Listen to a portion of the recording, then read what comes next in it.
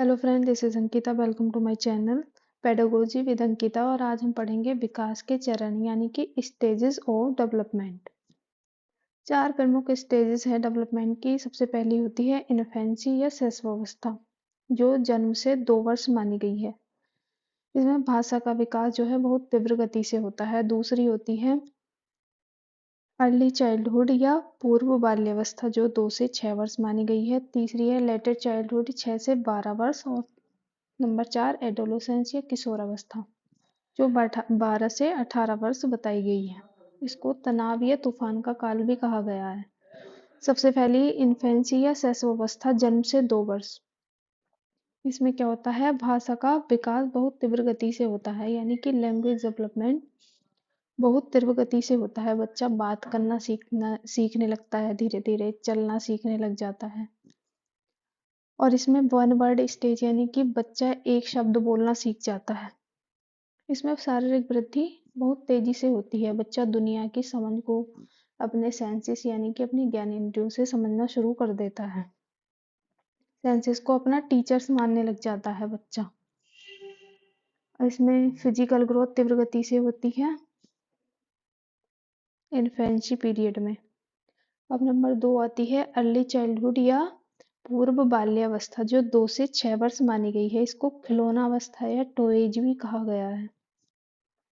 इसे pre school as कहा गया है। इसमें बच्चा स्कूल जाना शुरू कर देता है, यानी कि बच्चे की शुरुआत हो जाती है।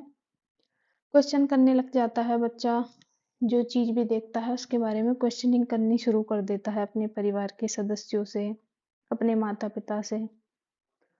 तो इसे क्वेश्चनिंग एज भी कहा गया है। सेल्फ सेंट्रिक यानी स्व केंद्रित अवस्था, दुनिया को अपने नजरिए से या मतलब खुद के जैसा देखता है कि जैसा मैं हूँ वैसे ही सब है। सिंबॉलिक एज या प्रतीकात्मक अवस्था भी कहा गया है इसको। सेंसिटिव पीरियड फॉर लैंग्वेज, यानी कि इसमें भाषा का विकास तीव्र गति से होता है, यानी कि सेंसिटिव पीरियड है ये लैंग्वेज के लिए। जो सी भाषा को भी हम सीखेंगे 2 से 6 वर्ष में या पूर्व बाल्यावस्था में, हम बहुत जल्दी कोई सी भी भाषा को सीख सकते हैं। यानी कि अगर बच्चे के सामने सब इंग्लिश बोलते हैं तो वो इंग्लिश बोलना आसानी से सीख जाएगा। हिंदी बोलते हैं तो हिंदी बोलना आसानी से सीख जाएगा। जैसे घर का वातावरण रहेगा, जैसी लैंग्वेज हमारे घर की रहेगी, जैसा माहौल उसको मिलेगा, वो उसको अडॉप्ट कर लेता है। ये सबसे सेंसिटिव पीरियड माना गया है हमारे लैंग्वेज डेवलपमेंट का। अब नंबर 3 आता है लेटर चाइल्डहुड, यानी कि उत्तर बाल्यावस्था, जो 6 से 12 वर्ष बताई गई है। इसको उपद्रव्य अवस्था भी कहा गया है। एलिमेंट्री स्कूल एज, यानी कि विद्यालय अवस्था। अब बच्चा स्कूल जाना शुरू कर देता है। गैंगेज या टोली अवस्था है, यहाँ पर दोस्त भी बनाना शुरू कर देता है वो। Pathway for long term friendship, यहाँ से शुरुआत हो जाती है लंबी दोस्ती की, यानी कि यहाँ इस टाइम पर बनने हुए दोस्त एक लंबे समय तक, यानी कि लॉन्ग टर्म मेमोरी तक साथ देने वाले होते हैं।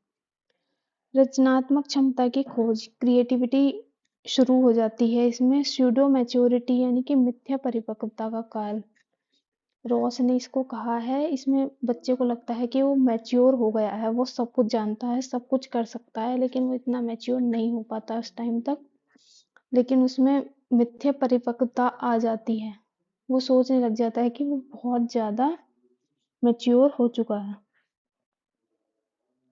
अब नंबर 4 आती है एडोलोसेंस या किशोरावस्था, जो 12 से 18 वर्ष बताई गई है। WHO ने इसे 11 से 19 साल माना है। अब ये चाइल्डहुड और अडल्टहुड के बीच का काल होता है एडोलोसेंस या किशोरावस्था, जिसे ब्रिज या पुल भी कहा गया है। यानी कि 12 वर्ष से 18 वर्ष के बीच की जो अवस्था है उसको क्या कहेंगे, किशोरावस्था। इसको मोस्ट क्रिटिकल स्टेज कहा गया है, महत्वपूर्ण चरण कहा गया है। इसको सभी पहलुओं में परिवर्तन होता है इस टाइम पर। हमारी फिजिकल, कोग्निटिव, इमोशनल, सोशल सभी में परिवर्तन होना शुरू हो जाते हैं इस अवस्था में। Stage of stress and storm, Ross ने इसे तनाव एवं तूफान की अवस्था भी कहा है। ब्रिज पीरियड कहा है इसको, आइडेंटिटी क्राइसिस, यानी कि पहचान का संकट आ जाता है। बच्चे को मतलब वो बहुत ज़्यादा सोचने लग जाता है इस टाइम पे कि मैं हूँ कौन, मैं क्या कर सकता हूँ। और तनाव और तूफान की अवस्था तो बता ही है ये। एडजस्टमेंट प्रॉब्लम यानी कि समायोजन की समस्या होती है इसमें बच्चे को। एक जगह पर समायोजन एडजस्ट नहीं कर पाता है, अलग अलग इधर उधर भागता रहता है। स्टेज ऑफ अनरियलिज्म यानी कि अवास्तविकता का चरण कहा गया है। इसका भावात्मक स्थिरता आ जाती है इसमें। व्यावसायिक चिंता की व्यवसाय की चिंता आ जाती है कि मैं क्या करूंगा, मैं क्या बनूंगा, डॉक्टर बनूंगा, इंजीनियर बनूंगा या फिर टीचर बनूंगा। विद्रोह की भावना, दूसरों के प्रति विद्रोह की भावना, लगाव की भावना, अपने पेरेंट्स से ही अच्छे से बात नहीं करना, मतलब उनकी बात को नहीं मानना, उनकी बात हर चीज को नेग्लेक्ट करना, ये फीलिंग ऑफ रिवॉल्ट यानी कि अलगाव की भावना आ जाती है। वीर पूजा की प्रवृत्ति, जिसे वो चाहता है उसको ही हीरो मानने लग जाता है। व्यक्तिगत काल्पनिक कहानी यानी कि खुद ही पर्सनल एक्सपर्ट बनाना शुरू कर देता है। ईगो सेंट्रिक, अपने आप को ही देखता है कि मैं हूँ कौन, मैं ये हूँ, मैं वो हूँ, मैं ऐसे कर सकता हूँ। लीडरशिप क्वालिटीज, नेतृत्व क्षमता का विकास हो जाता है इस उम्र में, किशोर अवस्था में।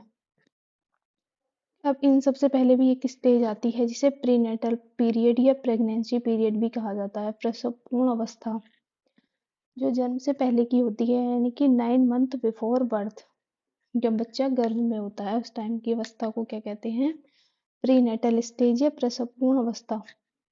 जो 280 दिन या फिर 9 मंथ बिफोर बर्थ बताई गई है, या 37 to 40 वीक की होती है ये। इसकी भी वैसे 3 स्टेज बताई गई हैं। नंबर 1 होती है बीजावस्था, दूसरी पिंडावस्था और तीसरी भ्रूणावस्था। बीजावस्था या जो गर्भधारण से 15 दिन तक की अवस्था होती है उसको बीजावस्था कहेंगे। पिंडावस्था यानी कि 3 से 8 वीक, 3 से 8 सप्ताह की जो अवस्था होती है उसको पिंडावस्था कहेंगे।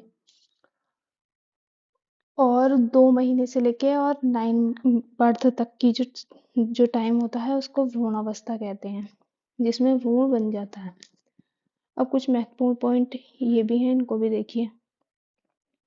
जैसे कि जन्म के समय ब्रेन का जो भार होता है वो 350 ग्राम होता है, और 2 वर्ष के बच्चे का 700 ग्राम हो जाता है। 6 वर्ष में 1250 ग्राम हो जाता है, और 16 वर्ष में पूरा डेवलप हो जाता है 1200 से 1400 ग्राम। जैसे क्वेश्चन आता है कि हमारे ब्रेन का क्या, वयस्क आदमी के ब्रेन का भार क्या होता है, तो 1400 ग्राम या 1350 ग्राम। जन्म के समय बच्चे का जो सिर होता है वो 1/4 या 25% होता है शरीर का। Thank you. अब मिलते हैं नेक्स्ट वीडियो में।